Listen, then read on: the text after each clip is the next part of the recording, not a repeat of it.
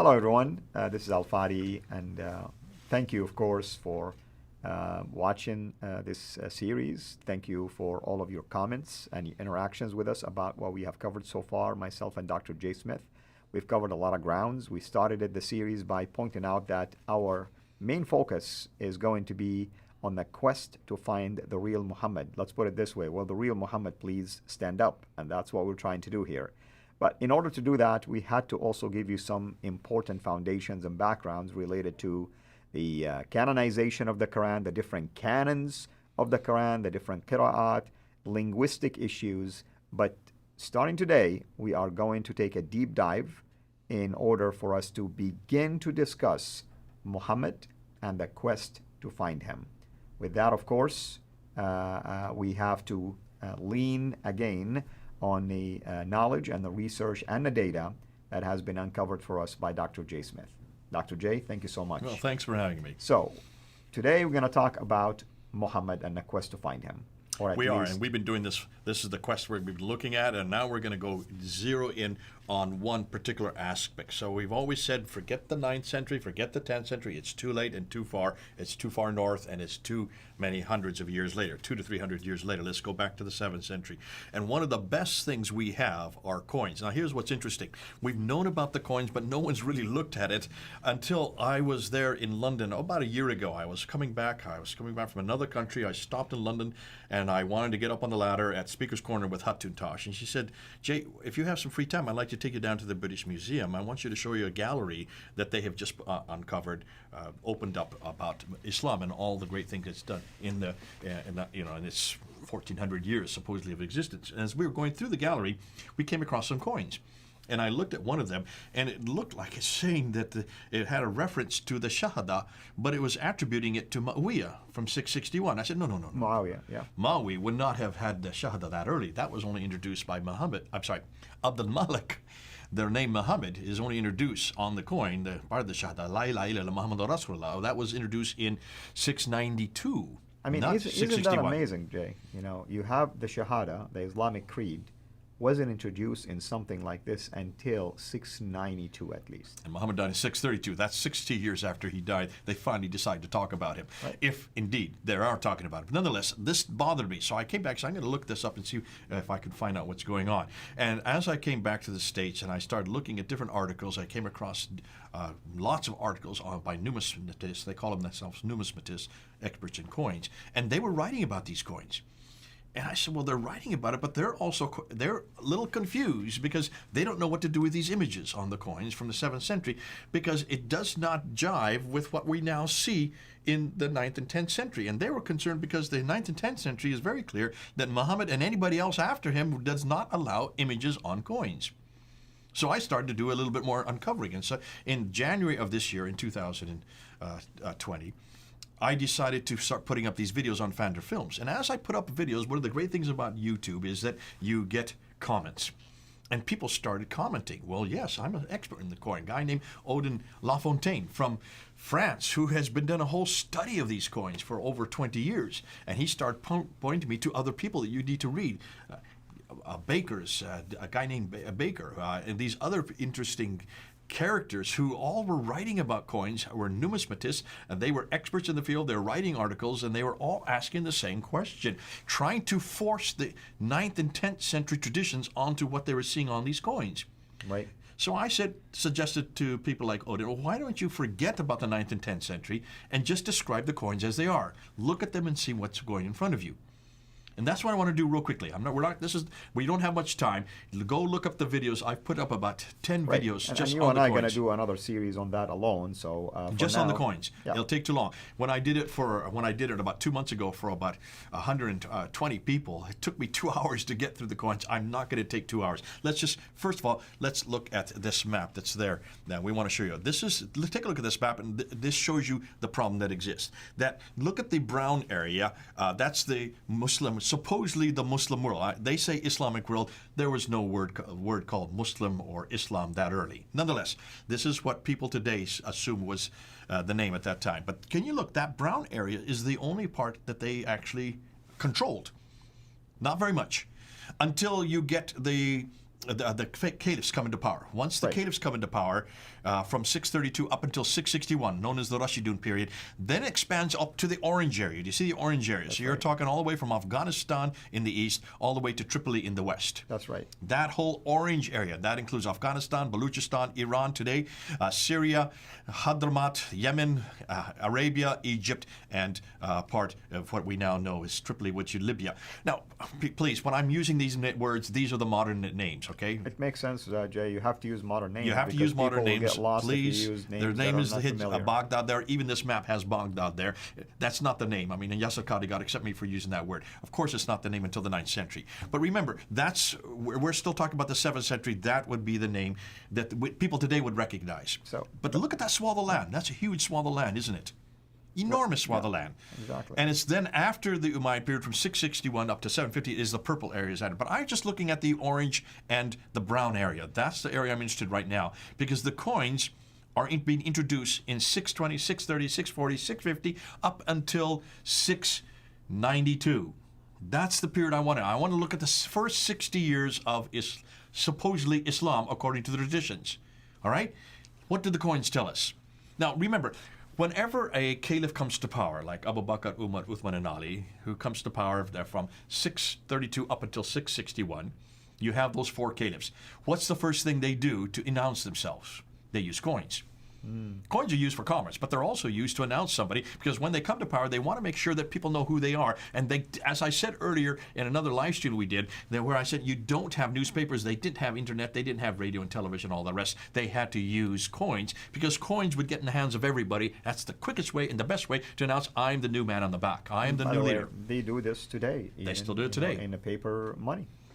And also the coins. And the coins. But today we use images of people who are historically famous or someone who's done a great invention. We don't really introduce the person who's ruling. Today we don't. But back then they did because that's the only way they could really announce their ascendancy.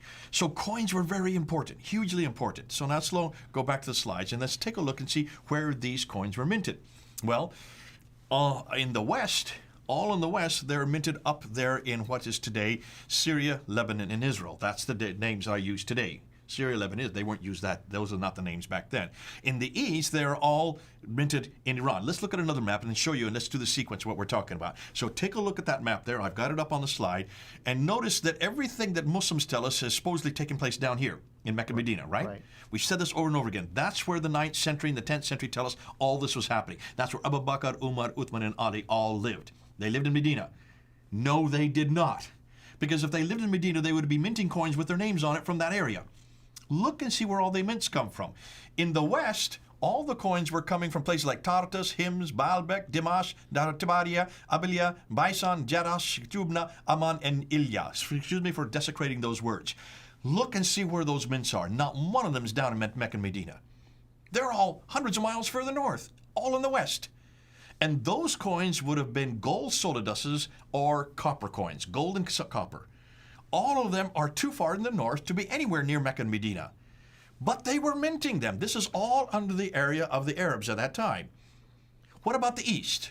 Well, their coins are being minted in the East as well. Where are those mints? Well, here they are. Susa, Dasht, Arajan, Bishapur, Tanbuk, Olskar, Kezarun, Adashar, Kura, Darabjir, and Kavat Kura. Excuse me for those who are Pahlavi. I'm desecrating your language. But I'm just reading what's there on the text. Take a look at those. Those are too far north again, right? Right. Yet this is all where the Rashidun period existed. This is where you should have not Muhammad. Muhammad would just be in Mecca, Medina if the traditions were correct. But Abu Bakr, Umar, Uthman, and Ali would all have been in this area, especially Umaran. All of this area, they have the mints. They're now in charge of the mints. They are minting coins. It's not that they stopped minting coins. They are minting coins. And we can look at those coins. But you notice every one of these, all of these mints would have been under the authority of any Arab leader at that time or caliph at that time in the 7th century, including any Muslim caliph, right? Conclusion, none of these mints were from the Hijaz. Instead, they were all situated too far north. Right. Now, let's go look at these coins. Because when you look at these coins, I'm just going to put them all up there and I'm going to unpack this slide here. Because these coins, notice from 624 to 660, there are no Islamic coins whatsoever. The coins are there. Look at the ones here on the left at the bottom. Look at the timeline from 632 up until 651. There are coins. But take a look at what's the man's holding. Take a look at what he's got. This Arab leader, he's there on the left. He is holding a cross in his hand, and has a cross up on his head. How could you be a Muslim and have crosses on your head and holding in your hand? I wonder how our Muslim friends going to explain that. They cannot explain that. No one's bothered to explain that. We've only introduced this in this year. This is just coming out in 2020. Now look at 661. Take a look at Muawiyah. Muawiyah they should explain because Muawiyah is a Muslim, correct? Muawiyah is a Muslim. That's He right. comes from 661 up to 680. So for 20 years, roughly 20 years, a little over 20 years, he is the caliph. He's living in Damascus. Isn't that interesting?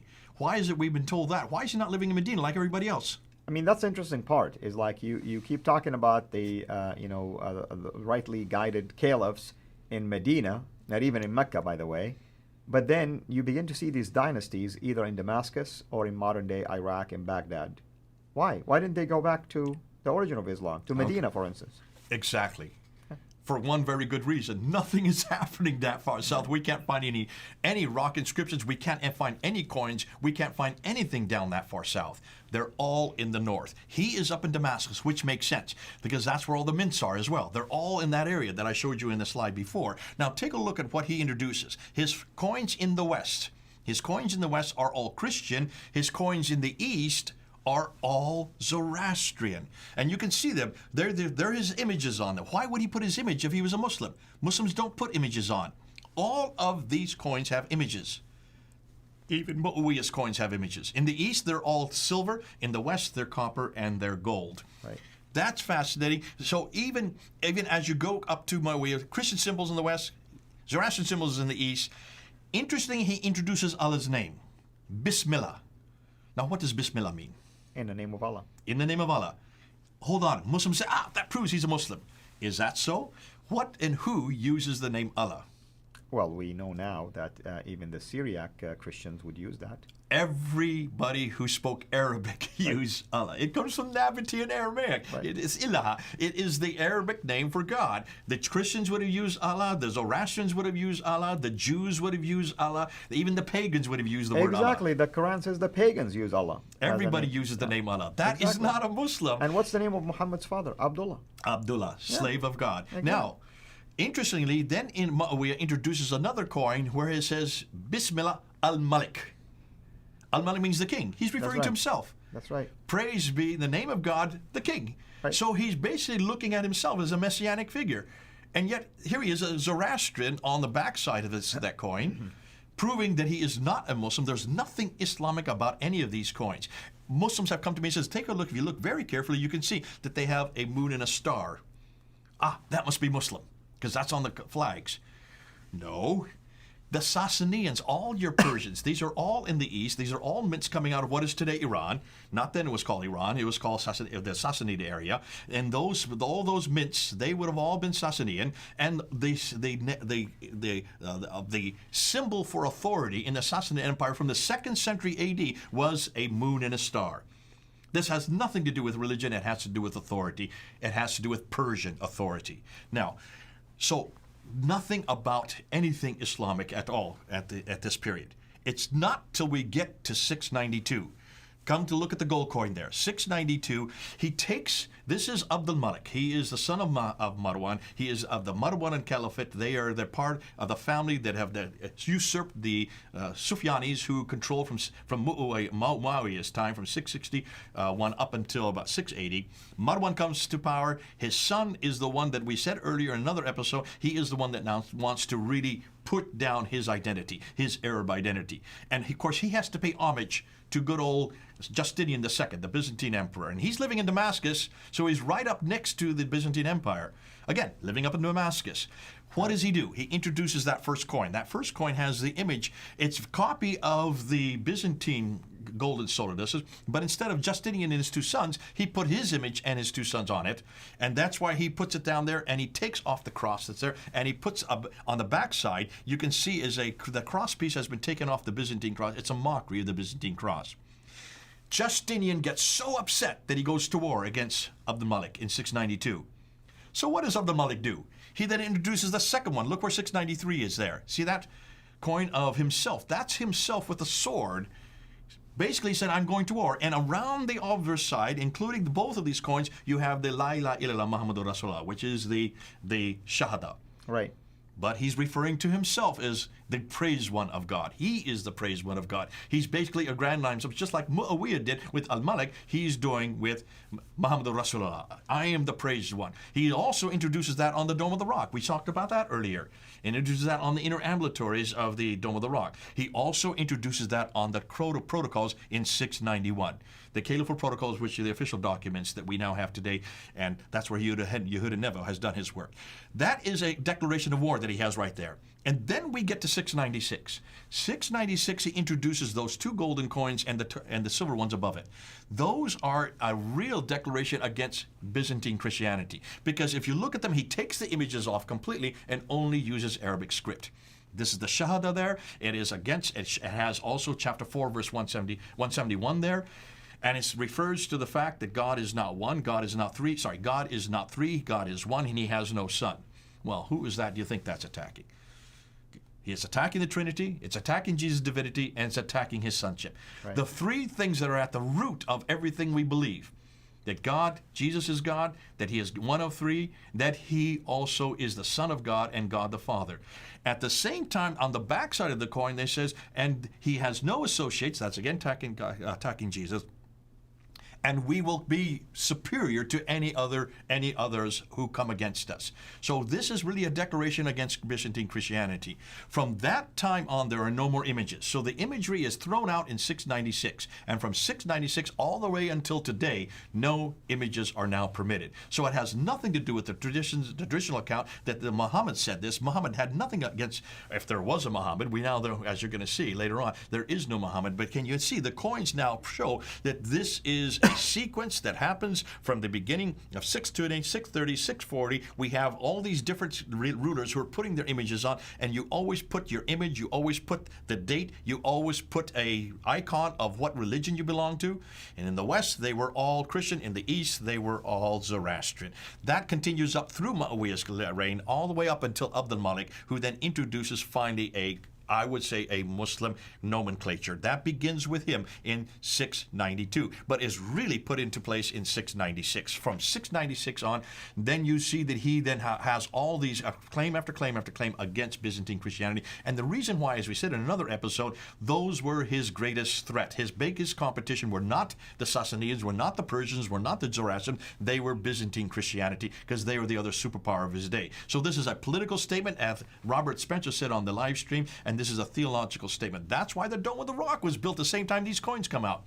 Dome of the Rock was built the same time to show a one-upmanship.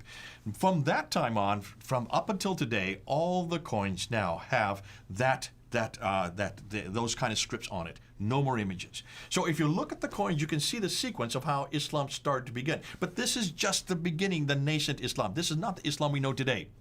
That we're going to yet to introduce. So hold on to there. Can you see how damaging these coins are? So what are we going to cover next time? We're then now going to go into the inscriptions. The rock inscriptions will be the next thing that support exactly what the coins are telling us. The rock inscriptions are telling us. Why should we be surprised? Surprised? I'm not. Because if you're going to look at the evidence from the 7th century and you're seeing what's on the ground, you need to follow the evidence as it's shown to you. As we said before, the more we scratch, the more we find. The more we find, the more we shine. The more we shine, the more they whine, oh, how sublime. Folks, that's exactly what we're going to find when we go into the next episode. Well, fascinating. Thank you so much, of course, as always, for sharing this information with us. Hopefully everyone is enjoying these series, and you can see how we are rolling out, if you wish, the evidence for you concerning that question or concerning this quest, the quest to find the real Muhammad. Until next time, have a blessed day. Thank you so much for taking the time to watch this video. We can't make these quality videos without the help of partners like you. So please consider becoming a Patreon supporter today at patreon.com/CIRA International. I want to make sure you always get notified when we release a new video. So please click the bell to be notified, and of course, make sure to subscribe to this channel. If this video was helpful to you, please click the thumbs up. Thank you.